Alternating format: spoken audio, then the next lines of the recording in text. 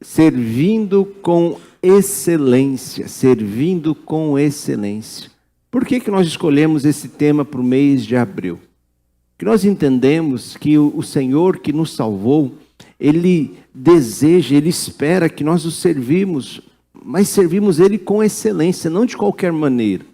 A palavra de Deus diz lá em Jeremias, capítulo 48, verso 10. Deixe-me usar esse texto aqui de uma forma fora do seu contexto. Não é? Esse texto aqui está referente ao profeta Jeremias falando sobre a Babilônia, trazendo juízo contra os moabitas, e dizia que eles deviam exercitar o juízo de uma forma excelente, que não deveriam fazer de forma relaxadamente. Jeremias 48, verso 10 diz assim, vamos juntos? Maldito aquele que fizer a obra do Senhor relaxadamente. Maldito aquele que retém a sua espada do sangue. Então, queridos irmãos, porque nós não podemos fazer a obra do Senhor de qualquer maneira? Porque o Senhor espera que eu e você servimos a Ele de forma excelente. Que nós não tratemos as coisas de Deus de forma relaxadamente. Pois isso é maldito, isso é um princípio diante de Deus. Quais são as obras que o Senhor nos confia para que nós possamos fazer de forma excelente? Quando olhamos para esse texto, aqui de Colossenses, capítulo 3, um pouco antes de ele falar que nós devemos fazer ao Senhor de todo o nosso coração, ele fala nesse contexto a questão dos deveres familiares. Olha comigo, que a primeira dentro desse contexto, mais próximo desse texto, é que nós devemos atuar, servir dentro da nossa família de forma excelente. Então, queria começar essa série falando de servindo com excelência minha família. A minha família. Minha família, ela é prioridade. Amém? Poderíamos então olhar aqui no verso de número 18, começando desse contexto imediato de Colossenses capítulo 3, ele diz no verso 18, esposas. Ele começa falando para as esposas. Esposos. E o que nós vamos falar talvez é de uma forma não muito comum, não é tão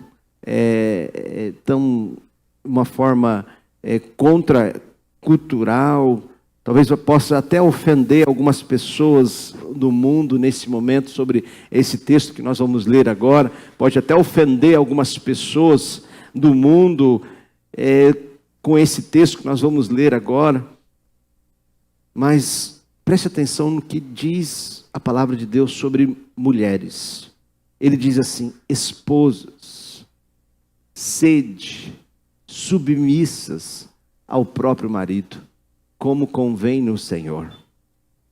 Paulo está dizendo aqui, primeiro, sobre os deveres da família.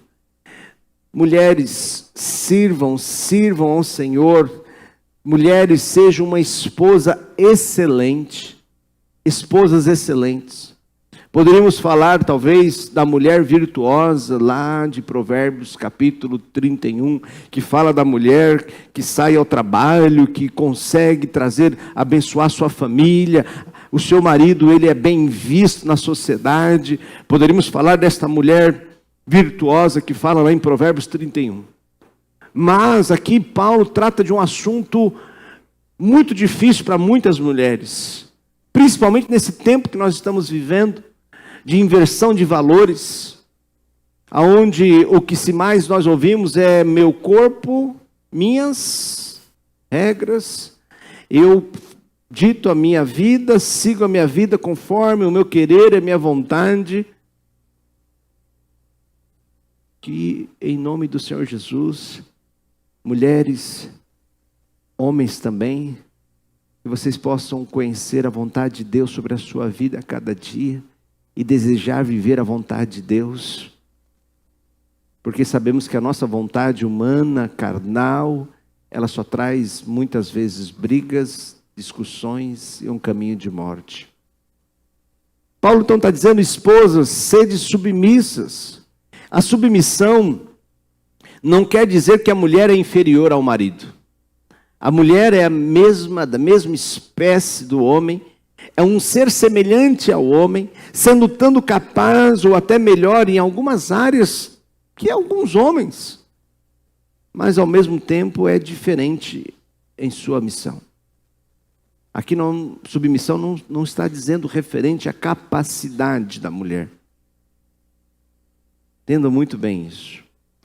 E por mais contracultural que pareça, ainda que alguns consideram a submissão à autoridade do marido algo negativo, o modo mais preciso de ver os papéis dentro do casamento é entender que as mulheres são chamadas a seguir a liderança exercida em amor pelo marido dentro do casamento. Gênesis 2:18, no princípio, a palavra de Deus diz assim: depois o Senhor disse, não é bom que o homem viva sozinho. Vou fazer para ele alguém que o ajude como se fosse a sua outra metade. Deus então, na criação, cria a mulher para ser auxiliadora, companheira do homem. Eu vi uma ilustração essa semana sobre este tema, mostrando uma foto, quero mostrar para vocês. Como hoje muitas mulheres estão enxergando o relacionamento dentro do casamento. Algumas estão optando a não ficar nem casadas, pois entendem que hoje há uma grande concorrência de força dentro do casamento. Há 20 anos atrás, o maior índice de divórcio era que as mulheres, os homens não conseguiam se comunicar, tinham dificuldade de comunicação. Nos aconselhamentos pastorais, a psicoeducação sobre como se relacionar, como o marido pudesse escutar a mulher e a mulher escutar o marido. Hoje, o grande índice de divórcio, grande índice de separação, é que a mulher hoje procura a sua independência, a sua vida profissional, em detrimento da sua vida como mãe, como esposa, como do lar. Isso é legado a terceiro plano, quarto plano. Mas como que nós vemos na palavra de Deus? Nós aprendemos que a mulher, ela foi criada por Deus para, junto com o homem, viver debaixo da mesma missão. É um ajudando o outro a completar a missão confiada a Deus, ao seu marido, ao seu cônjuge. Submissão, pode tirar a foto. Submissão é estar na mesma missão de alguém. Sua submissão não deve ser relutante, nem indiferente, mas amorosa e voluntária. O termo grego submeter-se é hipotasso da ideia de colocar-se sobre a autoridade de outra pessoa, o que implica um ato espontâneo e não realizado sobre coerção. Então você não faz isso por obrigação, mas faz se submetendo por amor ao seu cônjuge, à sua família, para que a dinâmica familiar possa funcionar de forma saudável. Então, mulheres, sejam mulheres sábias, mulheres excelentes, que aprendam a lidar com os conflitos familiares, lembrando que o marido tem um papel a ser exercido e a mulher também. E isso não quer desqualificar em momento nenhum a mulher, mas demonstra que ela tem uma missão dentro do casamento. Homens, sejam maridos excelentes. Diz o verso de número 19: Maridos, amai a vossa esposa e não tratai com amargura. Na Nova Linguagem diz assim, vamos juntos? Homens, marido, ame a sua esposa e não seja grosseiro com ela. Não seja grosseiro. Não seja grosseiro. Em nossa última lição da nossa turma de marido irresistível, nós estudamos a importância do marido ser um cavalheiro. Ser um cavalheiro e não um cavalo. Tem muito homem que parece mais um cavalo do que um cavaleiro. É ou não é? Quer aprender a tratar melhor a esposa. Tratar com gentileza, sem grosseria. Tem homem que trata a esposa melhor que trata as pessoas da rua. Trata melhor o vizinho que não tem ali, não compartilha nada. Mas é bruto, é raivoso, não diz obrigado, não pede por favor, mas trata de uma forma bruta. Paulo está dizendo aqui, maridos, sejam maridos excelentes. Servir de forma excelente é ser um homem, um cavaleiro. Mateus 20, verso 27 diz assim: e quem quiser ser o primeiro entre vós será vosso servo. Os cavaleiros são atentos, atenciosos, porque treinam as suas mentes para pensar sobre como servir os outros. Se você quer ser servido, se você quer ser líder, se você quer ser um marido excelente, você tem que exercer, estar disposto a servir. Quem não está disposto a servir não tem autoridade para ser líder. Você quer liderar a sua casa, quer ver uma sua mulher submissa, os filhos conduzindo a sua fala, tem que se posicionar como servo, atender às necessidades do seu lar. Você é o provedor, homem. Um homem somente é qualificado para liderar na proporção em que ele se dispõe a servir. Cuidado para não fazer da sua esposa e seus filhos seus empregados. E se eles forem seus funcionários, dentro do empreendimento que você está trabalhando, vou colocar eles para trabalhar, lembre-se de pagar um salário. Não faça da sua esposa uma escrava, os seus filhos escravos. Se for colocar eles para trabalhar, pague pelo menos o salário devido.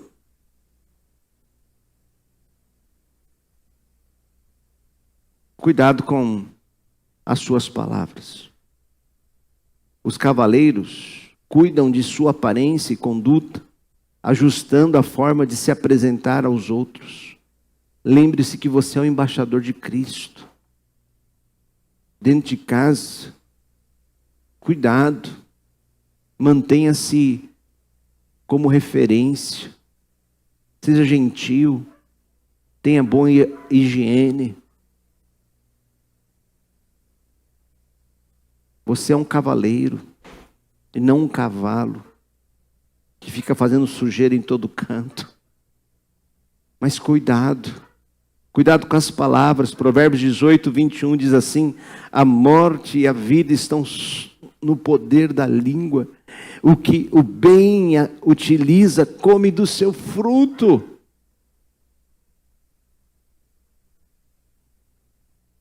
Não adianta você dizer palavras agradáveis à sua esposa nos momentos antes de você desejar sexo com ela. Você diz 10 palavras ali no momento que você está querendo ter sexo com a sua esposa. E durante o dia, fala 10.000 palavras para machucar, 10.000 ofensas. Isso não será suficiente. Jó capítulo 12, verso 11, diz assim a palavra de Deus: o ouvido, vamos juntos? O ouvido não examina as palavras como a língua prova a comida. Assim como nós provamos a comida, assim como nós experimentamos o sabor da comida que nós vamos nos alimentar, quando nós falamos, quando nós expressamos, As pessoas estão nos experimentando, elas estão nos escutando. E ali, por meio das palavras, a pessoa pode se alimentar, conhecer, ter uma intimidade, se aprofundar o relacionamento. Então, muito cuidado com as palavras que você usa. Os cavaleiros constroem a autodisciplina ao desenvolver bons hábitos. E um bom hábito, um hábito importante a ser desenvolvido por um homem de Deus, é a leitura da Bíblia. Levar sua família, ler a Bíblia, e principalmente desenvolver com eles tempos de devocional, tempo de você ser o sacerdote da sua casa, aquele que vai conduzir o seu lar a estudar e conhecer a palavra de Deus. Ei, preste atenção. Próximo mês nós vamos ter essa campanha da família. E você, homem, você é o responsável de levantar esse altar na sua casa. Há um estudo que indica que menos de 50% da família, quando uma mulher que se converte, os filhos vão seguir a Cristo. Mas quando o marido se converte, mais de 80% dos filhos também se convertem. Então, homens, você é chamado para liderar a sua casa, para discipular a sua família. Não terceirize isso para sua esposa. Você é o homem responsável pela disciplina espiritual para conduzir esses homens, seus filhos e filhas, no caminho do Senhor. A sua esposa, você vai animá-la ou vai desanimá-la do caminho do Senhor? Você, homem, tem um papel muito importante dentro desta casa para o sucesso desse casamento. Eu creio que cerca de 80% para que você mantenha esse casamento com sucesso é responsabilidade do homem. É sua. De ler a Bíblia, de conduzi-los em oração. Eu sei que talvez você não tenha essa prática. Mas tente, chama essa semana, chama sua esposa para orar com ela, orar com seus filhos, porque quando você casa, diz a Bíblia, que deixará o homem seu pai e sua mãe e unirá a sua esposa e ambos se tornarão uma só carne. Então quando você ora sozinho, metade está orando pela metade. Mas quando você chama a sua esposa para orar junto, você está orando completo. Então, homens, chame a sua esposa para orar, dobre o joelho juntos, ore com a sua família. Seja servir a sua família, tenha prioridade a sua família. É verdade que vivemos um tempo tão corrido, tão difícil, com trabalho, corrido com pagar as nossas contas. Mas a sua família tem que ser prioridade na sua agenda. Escutem, homens. A sua família tem que ser prioridade na sua agenda. Sua esposa é sua prioridade. Você não pode amar outra mulher, ou amar outra coisa acima da sua mulher. Sirva a sua mulher. Se você está tendo conversa com uma outra mulher mais tempo do que com a sua própria esposa, se você está tendo aí, terceirizando a sua secretária, sua companheira ou de trabalho, a pessoa que trabalha com você mais do que a sua esposa, se você troca mais mensagem com outra mulher que não seja a sua esposa, ei, sinal vermelho, sinal laranja, pare agora! Se você está dando risada, se alegrando com uma outra mulher que não seja sua esposa, pare agora, sirva a sua esposa, se alegre com a mulher da sua mocidade, diz Provérbios, em nome de Jesus. Seja um marido excelente, amém? Um marido excelente. Sejam também filhos excelentes. Diz o texto, verso 20. Filhos. Vamos juntos?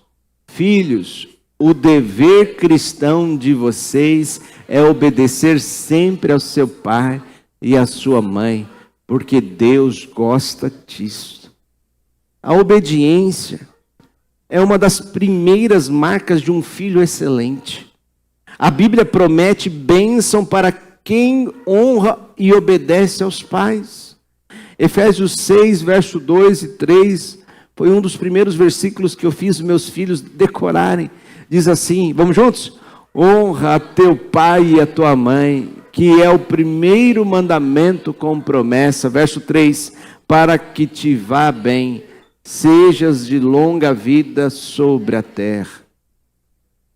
Talvez você tenha uma mãe difícil, uma mãe narcisista, uma mãe devoradora de filhos, uma mãe que tentou fazer da extensão da vida dela a sua, e até hoje te sufoca, e você, para fugir dela, você se rebelou. Talvez você criou uma situação para que você possa conseguir se distanciar deste pai, desta mãe que está te sufocando. Mas nada justifica um filho não obedecer ou honrar os seus pais.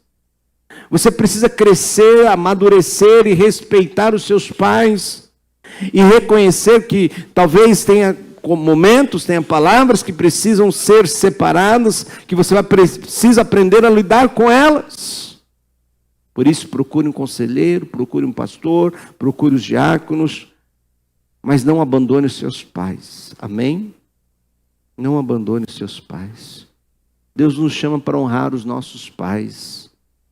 Deus nos chama para honrar, mesmo que infelizmente sejam pessoas brutas, pessoas difíceis, pessoas que não tiveram as mesmas educação que você teve. Um filho excelente busca sabedoria e prudência, trazendo alegria à sua família. Provérbios 10:1 diz assim: o filho sábio alegra a seu pai, mas o filho insensato é a tristeza de sua mãe. Seja um filho excelente, um filho que traga alegria dentro da sua casa. É verdade que nós podemos errar porque somos seres humanos, mas errar, falhar, pecar, ele deve ser um acidente na vida nossa. Não podemos permanecer no pecado, permanecer no erro. Ei, que em nome de Jesus, filhos, que nesta noite, se você está trazendo tristeza dentro da sua casa, que em nome de Jesus, que o Senhor te liberte deste caminho de morte, caminho de destruição, caminho de angústia, caminho de dor e de sofrimento que seus pais estão enfrentando.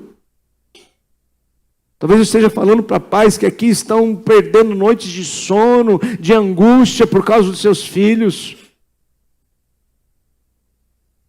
Que o Senhor possa transformar esses filhos em filhos excelentes. Amém? Um filho excelente entende que o verdadeiro conhecimento começa com reverência a Deus, com temor a Deus. Provérbios 1, verso 7 diz que o temor, vamos juntos? O temor do Senhor é o princípio do saber, mas os loucos desprezam a sabedoria, eu ensino. Temos que ensinar o temor das coisas de Deus aos nossos filhos. Não podemos fazer de forma relaxada. Você, pai, é o exemplo. Nem sempre os filhos vão ouvir os seus ensinamentos, mas eles vão te imitar. Eles talvez não vão te escutar, mas eles vão imitar a forma que você age. E se você leva de uma forma relaxada o serviço a Deus, as coisas religiosas, a sua fé, a sua disciplina espiritual, se você fala mal da sua igreja, fala mal do seu pastor, às vezes o pastor erra. Fala mal das pessoas, da sua igreja, às vezes as pessoas erram. Mas se você começa a criticar, se você começa a falar mal, falando coisas dentro da sua casa, você vai perder os seus filhos. Porque eles não querem estar num lugar onde há hipocrisia, onde há uma inverdade. Talvez há situações que acontecem, mas você tem um contexto maior, você não está aqui apenas na igreja por causa de um pastor, por causa de um líder, por causa de fulano, ciclano, porque você entendeu que o preço que Jesus Cristo pagou pela sua vida e te salvou é muito maior. É por isso que você vem domingo após domingo e serve ao Senhor, ao Rei dos Reis, ao Senhor dos Senhores. Mas essa criança não entende isso ainda. Então por isso que nós temos que tomar muito cuidado.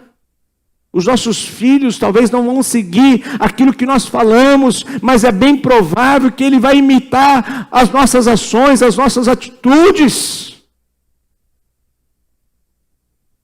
No momento talvez de dificuldade que eles vão passar na vida, eles vão lembrar do pai e da mãe, eles não vão ficar lembrando, o que minha mãe dizia?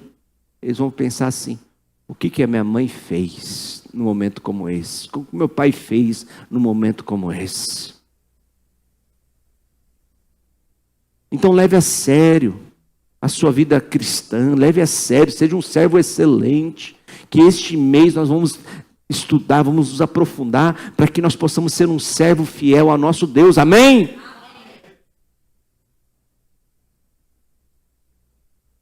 Sejam pais excelentes, diz o verso 21. O verso 21 diz, pais, não. Vamos juntos, pais, não irriteis os vossos filhos, para que não fiquem desanimados. Quando nós começamos esse texto, antes de ele falar dos filhos, ele fala do nosso papel como marido, como esposo e como marido. O texto começa definindo, dando orientações à esposa e ao marido, para depois dar a eles como pais. Um princípio muito importante aqui. O amor entre marido e mulher deve vir antes do amor pelos filhos. E tem muita gente que inverte isso. Quando chegam os filhos, talvez aquela pessoa, aquela criaturinha que nasce, você olha para ela e você se identifica tanto com ela, e que você começa talvez a extrapolar, e você passa os limites na qual, colocando essas crianças, colocando este filho acima dos seus maridos, do seu esposo, da sua esposa. Tito capítulo 2, verso 4 diz assim, a fim de instruir os jovens, as jovens, né? Ele falando das mulheres, o papel das mulheres, ensinando as jovens recém-casadas, a fazerem o quê? Vamos juntos? A amarem ao marido e a seus filhos. Quem vem primeiro, os filhos ou o marido?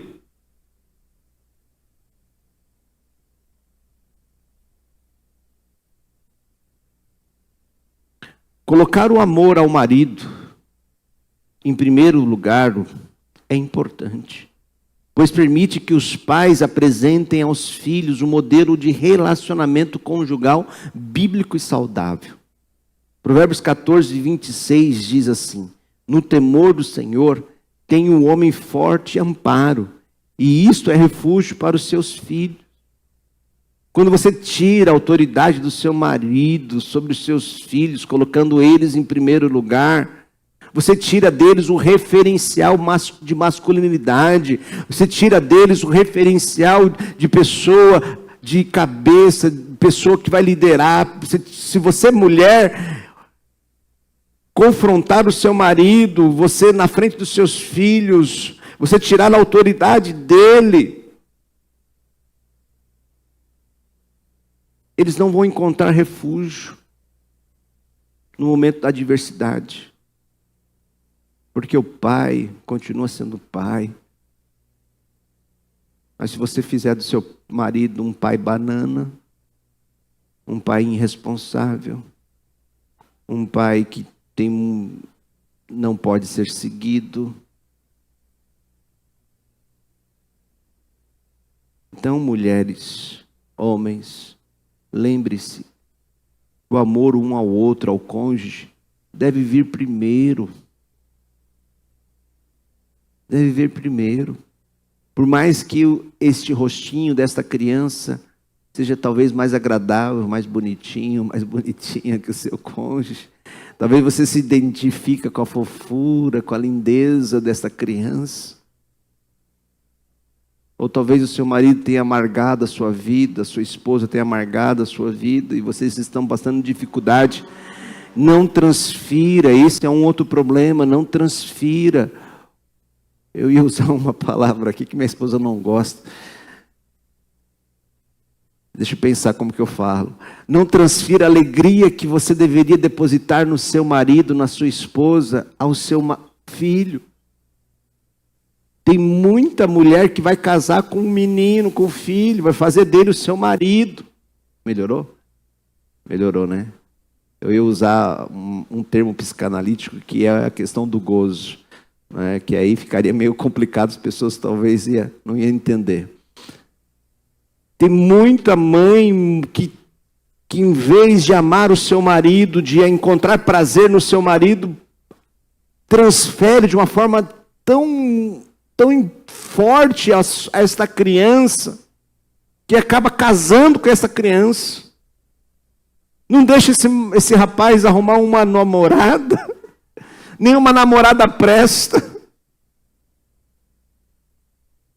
Esse é um dos problemas de sogra, gente. Problema de sogro. Nenhum rapaz serve para esta moça. Claro que tem que ser um nível, né? Mas, de repente, tem que deixar lá que possam criar as suas famílias. Porque eles não vão permanecer casados. Você não deve casar com o seu filho, com a sua filha. O seu cônjuge deve vir primeiro. Eu sei que isso muitas vezes é muito intrínseco, às vezes não é tão consciente. Mas que o Espírito Santo te ajude a colocar em ordem, para que você seja um marido excelente, uma esposa excelente, e não trocar os papéis. Não troque os papéis. Ame o seu marido. Encontre alegria no seu marido, na sua esposa, para que os seus filhos possam crescer e formar a sua identidade, procurar encontrar o seu prazer, a sua alegria, conhecer o seu cônjuge, sua esposa, a esposa deles também. Porque esta é a ordem natural da vida. Amém? Deixa essa pessoa casar, deixa crescer. Não é mais aquele bebezinho, não. Por mais que você olhe para ele ou para ela, pensa que é aquele bebezinho, mas não é. Pais excelentes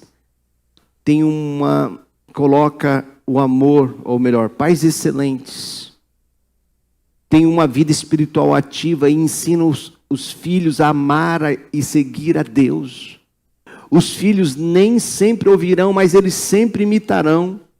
A base da excelência da paternidade está em guiar os filhos espiritualmente desde cedo. Provérbios capítulo 22, verso 6 diz, vamos juntos? Ensina a criança no caminho em que deve andar, e ainda quando for velho, não se desviar dele. Aqui não é um caminho que você vai mostrar para ele. Não é um caminho que você vai ler sobre o caminho para ele. Não é um manual que você vai mostrar para ele. Mas aqui é no caminho, é você, enquanto você está neste caminho, você vai andando neste caminho e conduzindo esta criança no caminho que ela deve andar. Tem muitos pais que querem que eles andem no caminho, porque sabe qual que é o caminho, mas não quer servir, não quer pagar o preço, porque dá trabalho. Você chega à noite cansado do trabalho. E a esposa quer falar com você, você tem que dar ouvido para a esposa. Aí tem os filhos que correm para lá e para cá, quem está com essa idade, dos juniores, dos adolescentes. Mas tem que ter prioridade, porque você recebeu de Deus esses filhos e filhas, não foi para povoar o inferno, mas foi para discipulá-los para o reino de Deus. Pais excelentes evitam a dureza excessiva e sabem equilibrar firmeza e carinho. Colossenses 3:21 diz, pais, não irrite os vossos filhos, para que não fiquem desanimados. Pare de irritar, pare de disputar, cuidado com o bullying. Cuidado com o bullying. Tem muita criança com dificuldade da sua sexualidade, porque o pai fica tirando o deboche do filho. Ajude a reafirmar a sua sexualidade, a sua identidade, a sua personalidade. Muito cuidado com as brincadeiras, muito cuidado com o bullying. Tenham então equilibrar entre firmeza e carinho. Cuidado com a repreensão. Eles são gente também. Estão crescendo. Se a gente prende demais, segura demais, uma hora sai pelos dedos. E hoje, com o avanço da internet, tem uma minissérie que nós acabamos de assistir lá em casa, se chama Adolescência. Não sei quantos assistiram, está num stream aí. Menino de 12, 13 anos. E os pais ficam surpreendidos porque eu não saía de casa. E hoje, muitas vezes, seu filho não precisa sair de casa, mas dentro de casa mesmo está criando várias amizades, muitas vezes maldosas. Dentro de casa, por uma coisa chamada internet, rede de comunicação. Dentro de casa estão lá se comunicando. E você prende achando que você acha que está fazendo bem.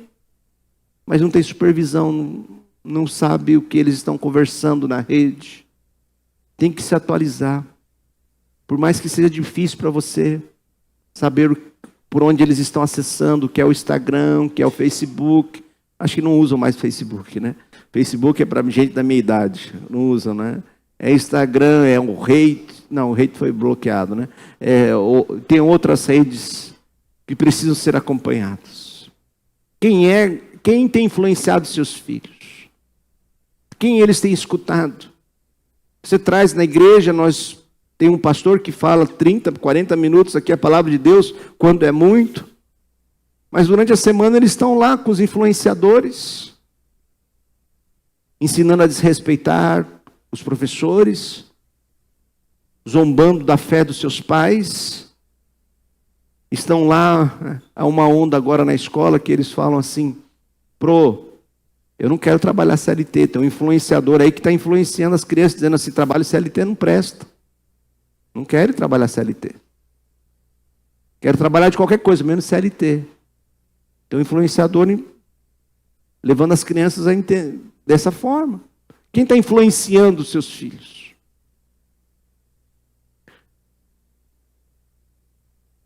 Verso 22 vai falar sobre a questão do empregado e o seu patrão.